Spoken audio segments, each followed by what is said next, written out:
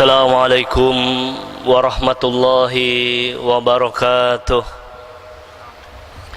Innal hamdalillah nahmaduhu wa nasta'inuhu wa nastaghfiruh wa na'udzu billahi min shururi anfusina min sayyiati a'malina. May yahdihillahu fala mudilla lahu may yudlilhu fala hadiyalah. Asyhadu an la ilaha illallah wahdahu la syarika lah wa asyhadu anna Muhammadan abduhu wa rasuluhu la nabiyya ba'da. Allahumma salli wa sallim wa barik ala Muhammad wa ala alihi wa sahbihi wa man tabi'ahum bi ihsanin ila yaumiddin. Qala Allah Ta'ala fil Qur'anil Karim, ya ayyuhalladzina amanu taqullaha haqqa tuqatihi wa la tamutunna illa wa antum muslimun. Ya ayyuhan nasu taqu rabbakumul ladzi khalaqakum min nafsin wahidah wa khalaqa minha zawjaha wa bassa minhuma rijalan katsiran wa nisaa wattaqullaha alladzi tasaaluna bihi wal arham innallaha kana 'alaikum raqiba. Ya ayyuhalladzina amanu taqullaha wa qulu qawlan sadida yuslih lakum a'malakum wa yaghfir lakum dhunubakum wa may yuti'illaha wa rasulahu faqad faza fawzan 'azima. Allahumma arhamna bil Qur'an fa inna asdaqal hadits kitabullah wa khairal hadi hadi Muhammadin sallallahu alaihi wasallam wa syarrul umuri muhdatsatuha wa kullu muhdatsatin bid'ah wa kullu bid'atin dhalalah wa kullu dhalalatin finnar. Ma'asyiral muslimin rahimakumullah. Alhamdulillah bahwa Allah tabaraka wa taala masih memberikan kenikmatan iman dan Islam kepada kita, dua kenikmatan yang menjadi sesuatu yang diiri oleh sebagian dari makhluk Allah Subhanahu wa taala. Betapa banyak di antara mereka yang ingin mendapatkan hidayah Allah, tetapi Allah Subhanahu wa taala belum memberikan hidayah kepada mereka. Betapa banyak di antara kaum umat manusia ini yang mereka menginginkan Islam sebagai agamanya, tetapi sekali lagi Allah Subhanahu wa taala belum memberikan kenikmatan iman dan Islam ini menjadi bagian dari sesuatu yang bisa merasuki kalbunya. Ayo ikhwatal iman rahimakumullah, kita lanjutkan kembali pembahasan kita tentang Sirah Nabawiyah yang mengutip kitab Minhajul Haraki li Siratin Nabawiyah yang ditulis oleh Syekh Munir Muhammad Al-Ghadban rahimahullah. Dan kemarin sudah dibahas pada karakteristik yang ke-20 oleh Ustadz Maulana tentang meningkatnya jumlah personil dan sarana perang. Maka hari ini kita akan lanjutkan dengan karakteristik yang ke-21, di mana karakteristik yang ke-21 ini Syekh Munir Muhammad Al-Ghadban menyebutkan judul tentang pengerahan upaya manusia. Artinya bahwa Rasulullah Shallallahu Alaihi Wasallam bagaimana beliau dengan mengoptimalkan hasil atau buah dari tarbiyah yang selama ini dilakukan oleh beliau, sehingga menghasilkan satu generasi yang sekualitas para sahabat radhiyallahu anhum ajmain.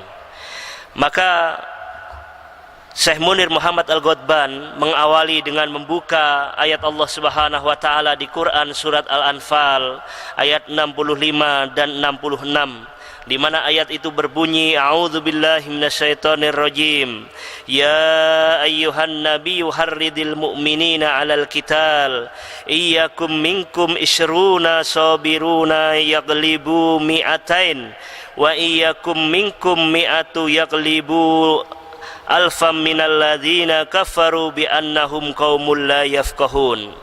Hai Nabi, kobarkanlah semangat orang-orang yang beriman itu untuk berperang. Jika ada 20 orang yang sabar di antaramu, niscaya mereka akan bisa mengalahkan 200 orang musuh. Dan jika ada 100 orang yang sabar di antaramu, niscaya mereka akan bisa mengalahkan 1000 daripada orang kafir, disebabkan orang-orang kafir itu adalah kaum yang tidak mengerti. Al-an khaffafallahu ankum wa alima anna fikum dha'fan fa iyyakum minkum mi'atu sabiratu yaglibu mi'atain wa iyyakum minkum alfa yaglibu alfain biidznillah wallahu ma'as sabirin. Sekarang Allah telah meringankan kepadamu dan Dia telah mengetahui bahwa padamu ada kelemahan. Maka jika ada di antaramu 100 orang yang sabar, niscaya mereka akan bisa mengalahkan 200 orang kafir. Dan jika di antaramu ada 1000 orang yang sabar, niscaya mereka akan bisa mengalahkan 2000 orang dengan seizin Allah, dan Allah beserta orang-orang yang sabar. Ayol ikhwatal iman rahimakumullah. Maka di ayat ini Allah Subhanahu wa taala memberikan sebuah gambaran tentang kualitas seorang mukmin yang apabila dia mendapati keimanan yang bagus pada dirinya, maka kata Allah Subhanahu wa taala, orang mukmin itu akan bisa mengalahkan 10 orang kafir. Jadi 1 banding 10. Kalau jumlah mereka orang-orang mukmin yang qawi ini, yang kuat ini berjumlah 100, maka biiznillah dengan seizin Allah Subhanahu wa taala mereka akan mampu mengalahkan 1000 kekuatan orang-orang kafir. Mengapa? Karena orang-orang kafir adalah orang-orang yang tidak mengerti. Karena orang-orang kafir hanya mengandalkan kekuatan itu hanya dengan jumlah personil, jumlah kekuatan senjata mereka, dengan jumlah kecanggihan senjata yang mereka anggap bisa memberikan pertolongan bagi mereka. Sementara kaum muslimin, mereka mengharapkan pertolongan hanya kepada Allah Subhanahu wa taala. Mereka tidak sekedar mengandalkan jumlah personil semata, jumlah kekuatan tempur semata, tetapi mereka sekali lagi mengandalkan keimanan mereka di hadapan Allah Subhanahu wa taala. Kalau seandainya orang-orang mukmin itu adalah orang-orang yang lemah, mereka yang lemah, maka Allah Subhanahu wa taala memberikan penegasan selemah-lemahnya seorang mukmin idealnya mampu mengalahkan 2 orang kafir. Kalau jumlah mereka adalah 100 orang, maka 100 orang mukmin yang lemah ini bisa mengalahkan 200 kekuatan tempur orang-orang kafir. Ini nas yang disyariatkan oleh Allah Subhanahu wa taala untuk menggambarkan sebuah generasi hasil sebuah tarbiyah dari Rasulullah sallallahu alaihi wasallam.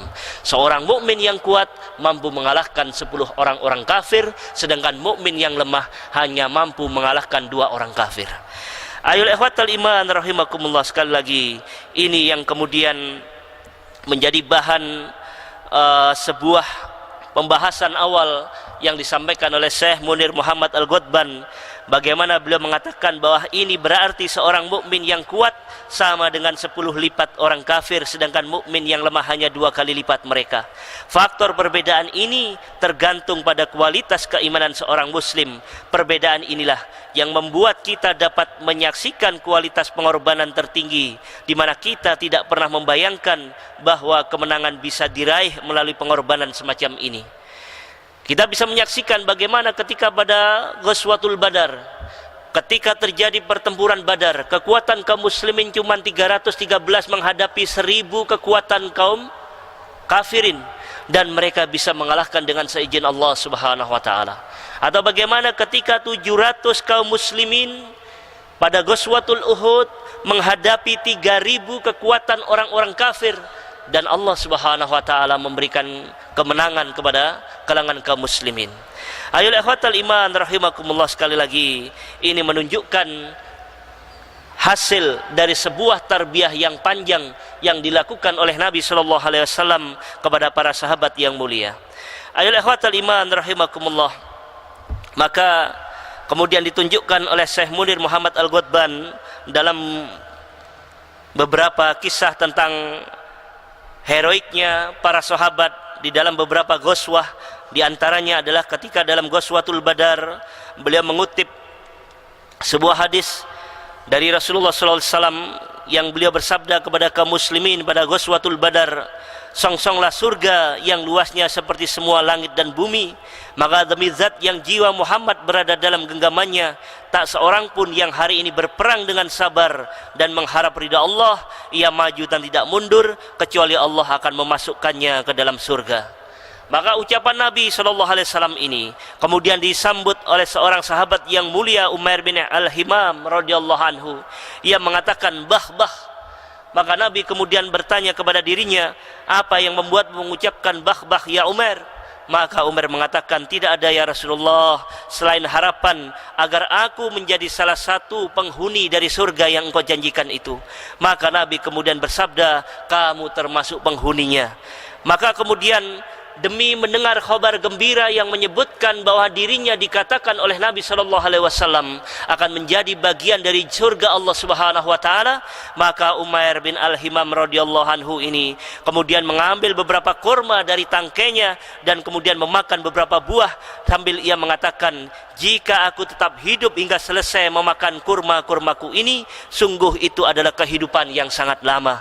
Kemudian Umair bin Al-Himam radhiyallahu anhu ini membuang semua kurma yang ada di bawahnya ini, dan kemudian ia bertempur maju menghadapi orang-orang kafir itu sampai kemudian dia terbunuh mendapatkan syahadah Allah Subhanahu wa taala. Ayol ikhwatal iman rahimakumullah, sekali lagi ini sebuah kisah bagaimana menghabiskan sebuah butiran-butiran kurma yang dianggap bagi Umair bin Al-Himam adalah sesuatu yang membuat lama dalam kehidupannya, karena Allah Subhanahu wa taala telah menjanjikan surga bagi dirinya. Maka waktu yang demikian dihabiskan hanya untuk makan kurma ini terasa lebih lama bagi Umair bin Al-Himam radhiyallahu anhu untuk segera menyambut panggilan Allah Subhanahu wa taala ke dalam jannahnya. Maka kemudian ia tinggalkan makanan-makanan dunia dan ia sambut seruan Allah Subhanahu wa taala dengan gemerincingnya suara pedang yang dibawanya sampai Allah memanggilnya sebagai seorang syuhada di sisinya. Ayol ikhwatal iman rahimakumullah. Atau bagaimana ketika seorang sahabat yang mulia masih dalam Ghazwatul Badar, Auf bin Al-Haris radhiyallahu anhu, ketika dia bertanya kepada Rasulullah sallallahu alaihi wasallam, apa yang membuat Allah tertawa terhadap hambanya ya Rasulullah? Apa yang membuat Allah Subhanahu wa taala tertawa terhadap hambanya? Maka jawaban atas pertanyaan dari Auf bin Al-Haris ini dijawab oleh Rasulullah sallallahu alaihi wasallam, hal yang membuat Allah tertawa kepada hambanya adalah ketika sang hamba ini menghadapi lawan, maka hamba itu kemudian memasukkan tangannya lalu mencopot baju besi yang dikenakannya dan dibuangnya. Maka ia kemudian mencabut pedangnya dan bertempur menghadapi kaum itu sehingga ia sendiri terbunuh. Ini dalam kitab Mishkatul Masobih juz 2 halaman 331.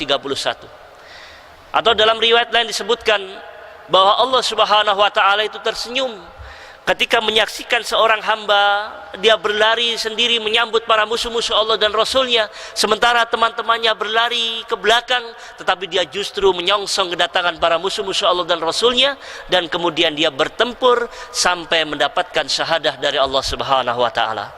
Ini yang membuat Allah tersenyum, ini yang membuat Allah tertawa atas keberanian para hamba-hambanya dikala teman-teman sang hamba tadi telah mundur dari medan pertempuran.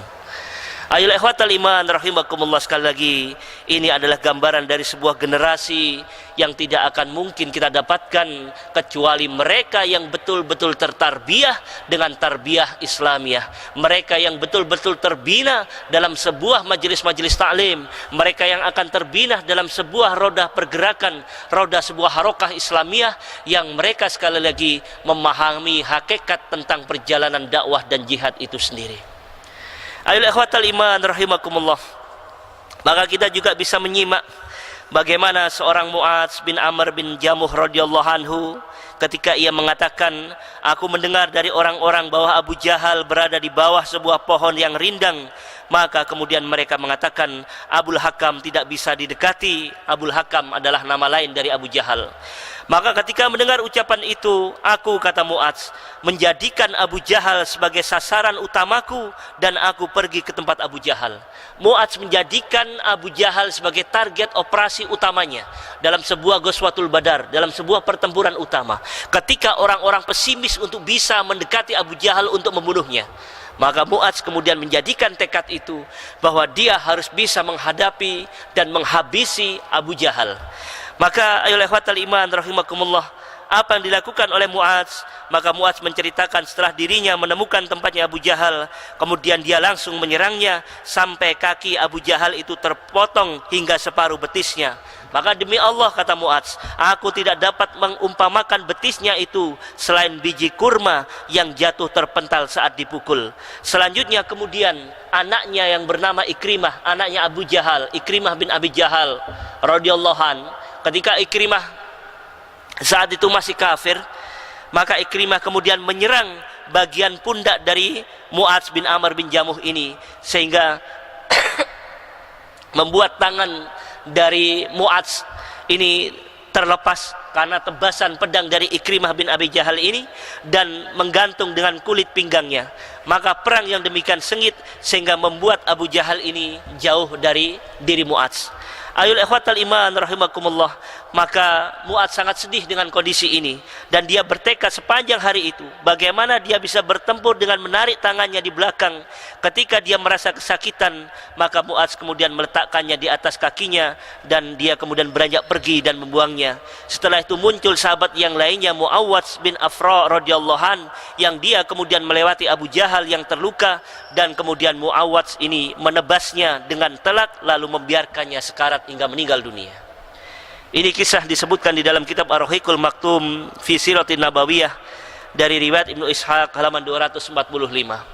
Ayolah ikhwatal iman rahimakumullah, sekali lagi kita bisa melihat bagaimana kisah-kisah yang dipaparkan oleh Syekh Munir Muhammad Al-Ghadban dalam Ghazwatul Badar. Belum lagi kisah yang digambarkan dalam Ghazwatul Uhud, bagaimana para sahabat-sahabat yang mulia, mereka adalah orang-orang yang begitu mampu memberikan pengorbanan yang luar biasa untuk memberikan perlindungan kepada Rasulullah Muhammad sallallahu alaihi wasallam. Ketika Rasulullah sallallahu alaihi wasallam mendapatkan banyak luka dalam Ghazwatul Uhud, bahkan disebarkan isu bahwa Nabi sallallahu alaihi wasallam sudah meninggal dunia, yang dengan harapan bahwa isu itu ketika tersebar akan mampu menjatuhkan mental perang kaum muslimin. Tetapi ketika mendapati bahwa Nabi sallallahu alaihi wasallam masih hidup, maka mental kaum muslimin kembali bersemangat. Mereka kemudian memberikan perlindungan dan memberikan sisa-sisa tenaga yang mereka miliki, sampai di antara mereka ada yang gugur dalam rangka memberikan perlindungan kepada Rasulullah sallallahu alaihi wasallam. Disebutkan dalam kisah bahwa orang yang pertama mengobarkan perang adalah seorang pemegang bendera kaum musyrikin yang bernama Tolha bin Abi Tolha Al-Abdari. Dia seorang penunggang kuda Quraisy yang paling berani, dan kaum muslimin menjulukinya Kapsul Katibah, dombanya batalion, dombanya Katibah, karena kecerdikannya untuk menggambarkan siapa? Tolha bin Abi Tolha Al-Abdari ini. Maka ayul ikhwatal iman rahimakumullah, maka Tolha kemudian keluar dengan menunggang seekor unta sambil menantang duel kaum muslimin dalam Ghazwatul Uhud ini. Maka tidak ada di antara kaum muslimin yang menyambut tantangan duel dari Tolha ini. Karena apa? Mereka merasa ketakutan melihat keberanian yang luar biasa dari Tolha dengan kisah-kisah masa lalunya.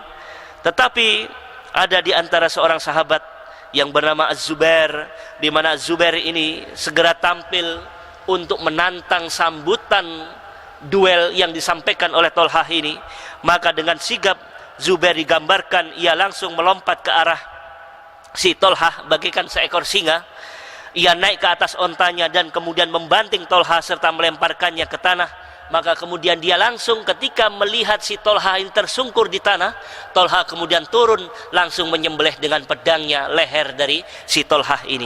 Dan Nabi SAW ketika melihat kecerdasan dan keberanian dari Zubair ini, Nabi SAW kemudian bertakbir bersama kaum muslimin. Lalu Nabi memuji keberanian Az-Zubair dengan mengatakan, setiap Nabi mempunyai pendukung setia, sedangkan pendukung setiaku adalah Az-Zubair radhiyallahu anhu.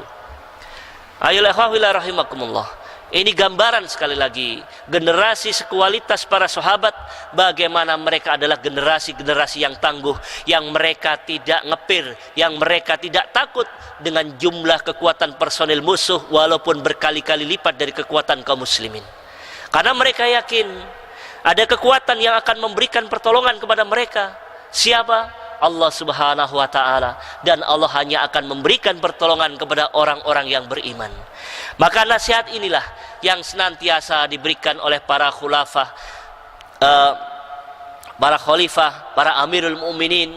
Ketika Umar bin Khattab radhiyallahu anhu memberangkatkan pasukan, Umar memberikan nasihat bertakwalah kalian kepada Allah Subhanahu wa taala, maka jangan sekali-kali kalian bermaksiat kepada Allah Subhanahu wa taala. Kalau kalian bermaksiat kepada Allah Subhanahu wa taala, sungguh kekuatan kalian tidak ada apa-apanya dibandingkan dengan kekuatan musuh-musuh kalian. Jumlah mereka lebih banyak dan jumlah peralatan perang mereka lebih besar. Maka sungguh ketika kalian bermaksiat kepada Allah Subhanahu wa taala, berarti kalian menafikan pertolongan Allah Subhanahu wa taala, berarti kalian melemahkan diri kalian sendiri, dan tentu kalian akan mudah dipatahkan dan dikalahkan oleh musuh-musuh kalian. Ayolah ikhwah rahimakumullah, bekal iman inilah sekali lagi yang membuat mereka adalah orang-orang yang mulia, yang memberikan banyak dampak terhadap setiap aktivitas amal islami mereka. Maka tepat mungkin yang digambarkan oleh Ibnul Qayyim Al-Jauziyah rahimahullah di dalam kitab beliau yang berjudul Thariqul Hijratain wa Babus Sa'adatain, halaman 179, di mana Ibnul Qayyim rahimahullah menggambarkan di antara mereka ada orang yang melewati semua celah, berjalan menuju Allah dari berbagai lembah dan sampai ke sana dari berbagai jalan. Orang ini menjadikan tanggung jawab ubudiyahnya, beribadah kepada Allah Subhanahu wa taala sebagai kiblat gerakan hati dan sasaran pandangan matanya.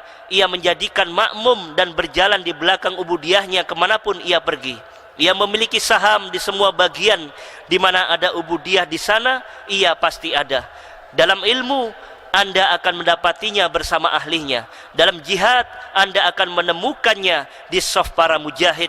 Dalam solat, Anda akan menjumpai mereka ini bersama orang-orang yang khusyuk. Dalam zikir, Anda akan menyaksikannya bersama ahli zikir. Dalam kebajikan dan manfaat, Anda akan melihatnya bersama orang-orang yang penuh kebajikan.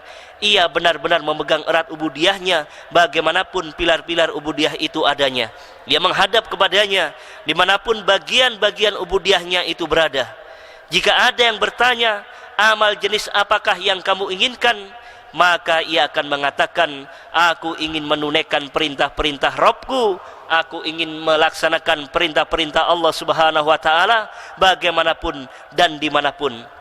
Aku ingin apapun tuntutannya. Aku ingin entah aku akan dikumpulkan atau diceraiberaikan, aku hanya ingin menunaikannya, melaksanakannya dan mawas diri di dalamnya. Aku ingin menghadapkan ruh, kalbu dan badanku. Aku ingin menyerahkan perniagaanku hanya kepadanya demi menunggu harga yang akan dibayarkan. Innallaha ashtara minal mu'minina anfusahum wa amwalahum bi anna lahumul jannah. Sesungguhnya Allah Subhanahu wa taala telah membeli dari orang-orang mukmin itu diri dan harta mereka dengan memberikan surga untuk mereka. Quran surat At-Taubah ayat 111. Ayolah ikhwatal iman rahimakumullah. Ini gambaran untuk memberikan detail konkret tentang pribadi para sahabat yang mulia, yang Allah ridho kepada mereka dan mereka pun juga ridho kepada mereka, kepada Allah Subhanahu wa taala. Jadi ayolah ikhwatal iman rahimakumullah, maka generasi inilah sekali lagi yang mereka tidak akan kendur dengan jumlah kekuatan yang berlipat-lipat dari musuh-musuh Allah dan Rasulnya. Walaupun mereka adalah kumpulan dari kekuatan negara-negara yang mereka bersekutu untuk menghancurkan dakwah dan jihad ini, tetap mereka adalah orang-orang yang tetap iltizam, ya, mereka yang tetap istiqomah di jalan Allah Subhanahu wa taala. Maka tepatlah apa yang digambarkan oleh seorang sahabat yang mulia, yakni Abdullah bin Rawahah radhiyallahu anhu, ketika dalam perang Mu'tah dia mengatakan, wa ma nuqatilun nas bi'adadin wala quwwatin wala kasratin ma nuqatiluhum illa bihadzal din alladzi akramanallahu bihi. Kita tidak memerangi manusia dengan bilangan, dengan hanya mengandalkan jumlah atau kekuatan, tetapi kita hanya memerangi mereka karena alasan din ini, karena alasan agama ini, din yang Allah Subhanahu wa taala telah memuliakan kita dengannya.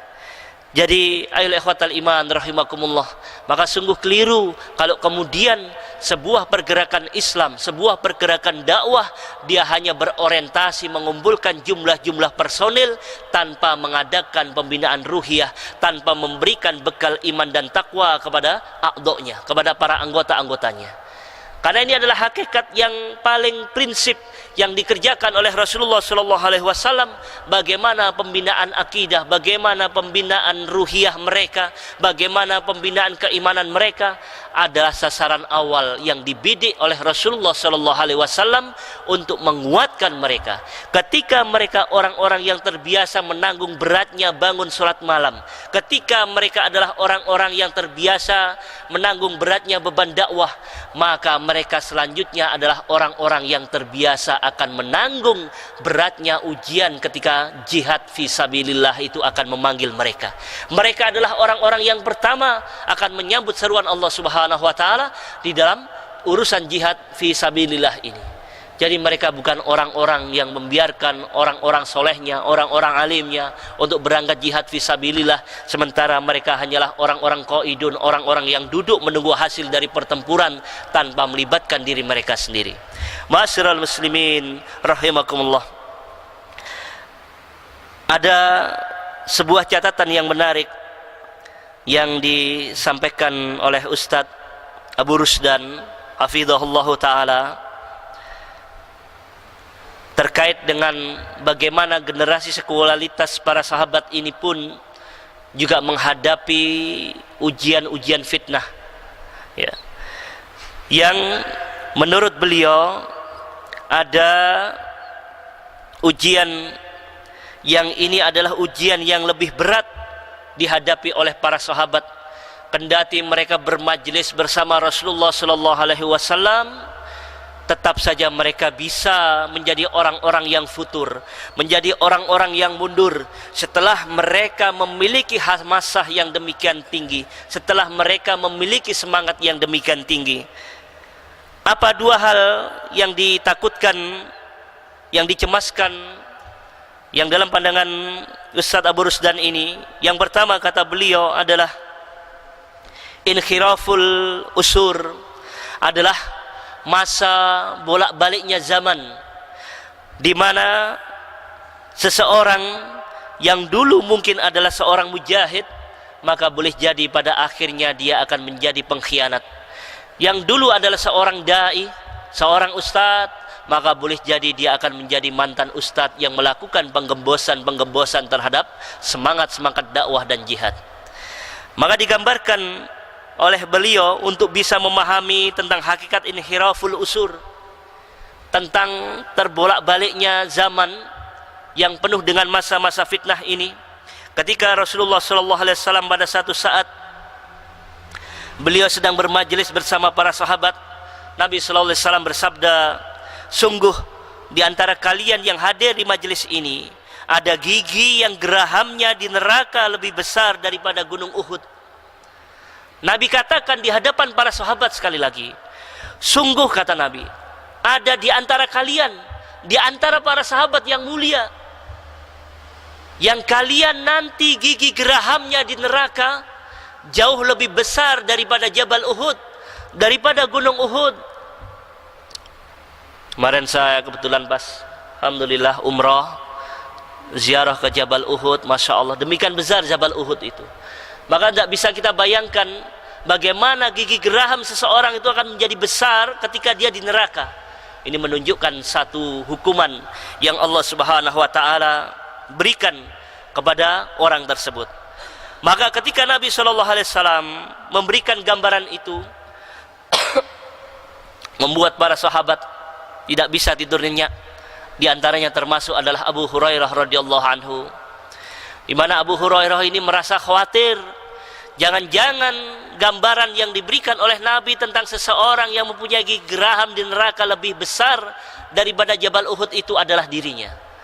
Maka kemudian Abu Hurairah menyibukkan dirinya untuk bertakarub kepada Allah Subhanahu wa taala.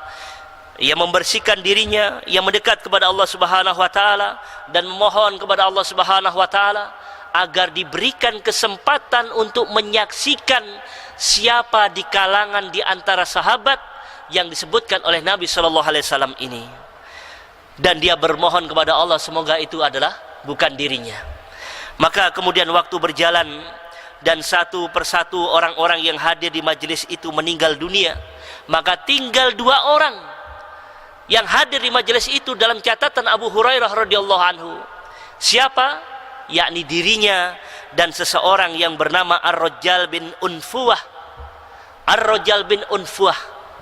Maka Ar-Rajjal bin Unfuwah inilah yang pada masa kepemimpinan Khalifah Abu Bakar As-Siddiq radhiyallahu anhu, ketika menghadapi masa-masa fitnah munculnya nabi palsu Musailamah Al-Kadzab, maka Abu Bakar As-Siddiq radhiyallahu anhu mengutus Ar-Rajjal bin Unfuwah ini, seorang sahabat yang hadir di majelisnya Nabi, yang Nabi menyebutkan ada di antara kalian yang mempunyai gigi geraham yang besar di neraka, yang besarnya melebihi Jabal Uhud. Maka ketika Ar-Rajjal bin Unfuwah ini Musailamah Al-Kadzab ini, dan akhirnya dia mengakui kenabian palsu dari Musailamah Al-Kadzab ini, dia menjadi pengikutnya Musailamah Al-Kadzab ini. Maka demi mendengar kisah itu, maka sahabat yang mulia Abu Hurairah radhiyallahu anhu mengucapkan alhamdulillah bahwa kini semakin jelas siapa yang dimaksud dalam hadis Rasulullah sallallahu alaihi wasallam ini. Ayo ikhwatal iman rahimakumullah. Ini memberikan sebuah gambaran kepada kita, sebuah pelajaran yang mahal, betapapun ketika seseorang itu menjadi aktivis sebuah pergerakan dakwah dan jihad, tidak menjadikan bahwa akhir kehidupannya akan menjadi orang-orang yang soleh, tidak menjadikan bahwa dia di akhir hayatnya akan menjadi orang-orang yang husnul khatimah.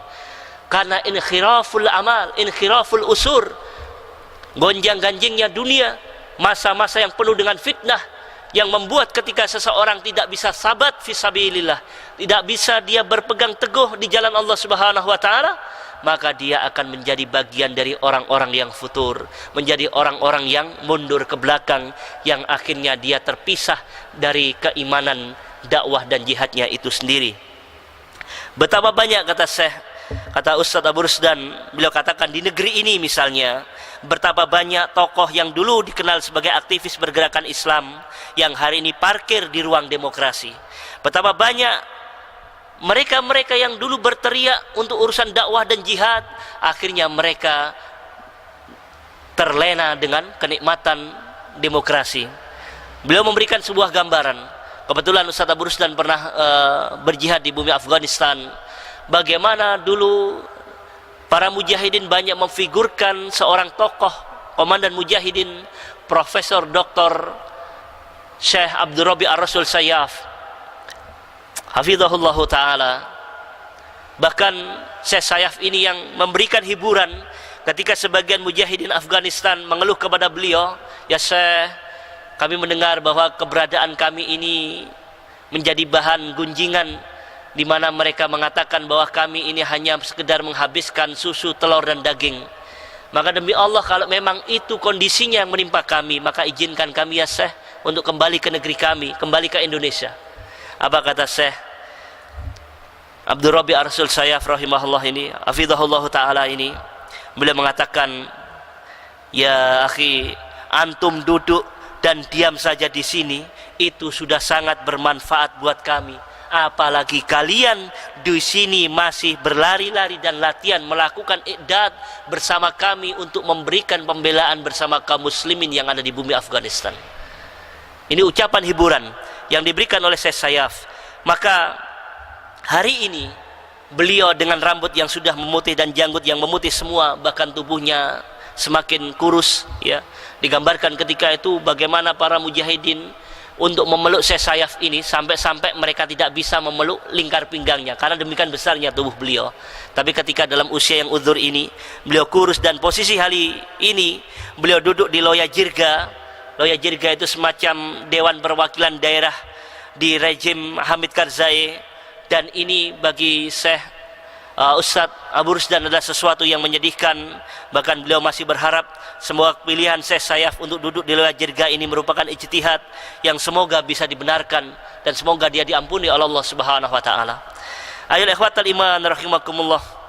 Kisah-kisah lain juga digambarkan sama beliau, bagaimana Komandan Ahmad Syah Mas'ud yang diberikan gelar singa dari lembah Pansir, yang dia bersumpah akan membebaskan bumi Afgan dari setiap jengkal tanah Afghanistan dan cengkraman orang-orang kafir.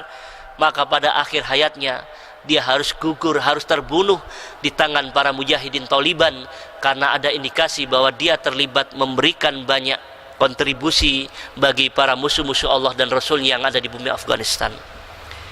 Hari ini pun juga kita jumpai di Indonesia para aktivis-aktivis dakwah dan jihad, Nasir Abbas, Abdurrahman Ayub, Abdurrahim Ayub dan sebagainya, yang mereka hari ini pun karena fitnah dunia akhirnya mereka menjadi bagian dari musuh-musuh Allah dan Rasulnya, yang mereka mencoba memberikan program-program yang ditawarkan kepada para aktivis dakwah dan jihad, yakni untuk deradikalisasi terhadap mereka-mereka yang masih aktif di dalam harakatud dakwah wal jihad.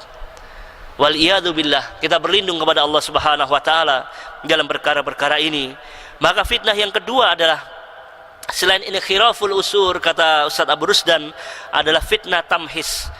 Tamhis sekali lagi, yakni sebuah gambaran yang seleksi yang dilakukan oleh sebuah organisasi atau struktur sebuah pergerakan terhadap a'dho'nya, terhadap anggota-anggotanya. Maka ini yang disebut dengan tamhis struktural, yakni saringan-saringan bagaimana sebuah pergerakan dakwah dan jihad itu melakukan selektivitas terhadap anggota-anggota yang ada di dalamnya. Ya, untuk apa? Menghindari masuknya para infiltran-infiltran. Tetapi tidak itu yang dimaksud oleh beliau. Ada tamhis rabbani, tamhis yang dilakukan oleh Allah Subhanahu wa taala untuk menjaring kaum muslimin, untuk memberikan ujian kepada kaum muslimin, yang kemudian Allah akan menyaring mereka mana di antara mereka yang betul-betul masih istiqomah di jalannya. Ingat kisah bagaimana pasukan dari Talut ketika mereka diuji oleh Allah Subhanahu wa taala dengan tamhis rabbani, dimunculkan bagi mereka sungai yang mereka diminta hanya minum sedikit saja, tidak boleh berlebih. Maka di antara sebagian dari pasukan Talut ini, mereka berlebih-lebih mengambil air itu, sampai akhirnya mereka merasa ketakutan dengan kehadiran pasukan Jalut, yang akhirnya mereka sekali lagi mundur dari medan pertempuran, berpisah dari pasukan Talut. Dan ini adalah bagian dari tamhis rabbani yang Allah Subhanahu wa taala berlakukan kepada setiap kaum muslimin. Ayolah ikhwatal iman rahimakumullah. Maka semoga tambahan ini memberikan sebuah gambaran bahwa selain paparan tentang heroisme yang dipaparkan oleh Syekh Munir Muhammad Al-Ghadban dalam kisah-kisah sirah di Ghazwatul Uhud maupun Ghazwatul Badar dan kisah-kisah lainnya tentang heroisme para sahabat, semoga kita pun juga berhati-hati, tidak melupakan diri bahwa tidak setiap hamasah itu akan bisa istiqomah, bahwa tidak setiap semangat itu akan menghantarkan kita ke dalam janahnya Allah Subhanahu wa taala. Sebab Allah Subhanahu wa taala pun akan tetap memberikan ujian sampai akhir hayat kita, yang nantinya Allah akan memilah mana di antara hamba-hambanya ini yang menutup akhir hayatnya dengan husnul khatimah dan su'ul khatimah. Ya. Maka ayat fatal iman rahimakumullah, kita bermohon kepada Allah Subhanahu wa taala agar Allah Subhanahu wa taala menjadikan akhir kita adalah akhir yang baik, menjadikan kita bagian dari orang-orang yang diberikan kesempatan untuk hadir di dalam jannahnya. Allahumma inna nas'aluka ridhoka wal jannah wa na'udzubika min sakhatika wan nar. Rabbana atina fid dunya hasanah wa fil akhirati hasanah wa qina adzabannar. Subhana rabbika rabbil izzati amma yasifun wa salamun alal mursalin walhamdulillahi rabbil alamin. Assalamualaikum warahmatullahi wabarakatuh.